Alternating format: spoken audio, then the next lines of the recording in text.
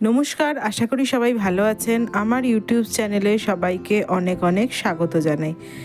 Oily skin মোটামুটি সবারই problem. Oily skin হলে মেন প্রবলেম হয়ে যায় যে কোনো কিছুই যেন ইউজ করার জন্য আমরা পাই না। যেটাই মাখবো নয় অ্যাকনে, নয় পিম্পলস, নয় রেডনেস অফ স্কিন, এই প্রবলেমগুলো যেন আমাদেরকে সব দিক থেকে খুবই বিরক্ত করতে থাকে। তো আজকে আমরা যে জিনিসটা নিয়ে আলোচনা করব সেটা হচ্ছে সানস্ক্রিন।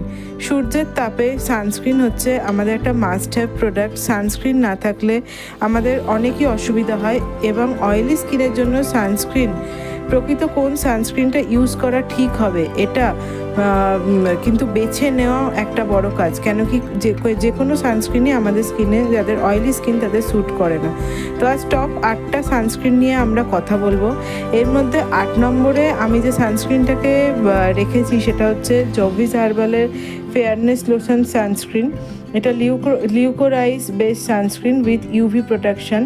এরপর টপ 7-এ যে সানস্ক্রিনটা আছে সেটা হচ্ছে ডট অ্যান্ড কিয়ের এই সানস্ক্রিনটা। এটা হচ্ছে সুপার লাইট SPF 50, একটা হাইলি প্রোটেকশন প্রোভাইড করে আমাদের স্কিনকে। এরপর যে সানস্ক্রিনটা আছে টপ 6-এ সেটা হচ্ছে ইউভি ডক্সের সানস্ক্রিন। এটা হচ্ছে SPF 50 এবং PA+++।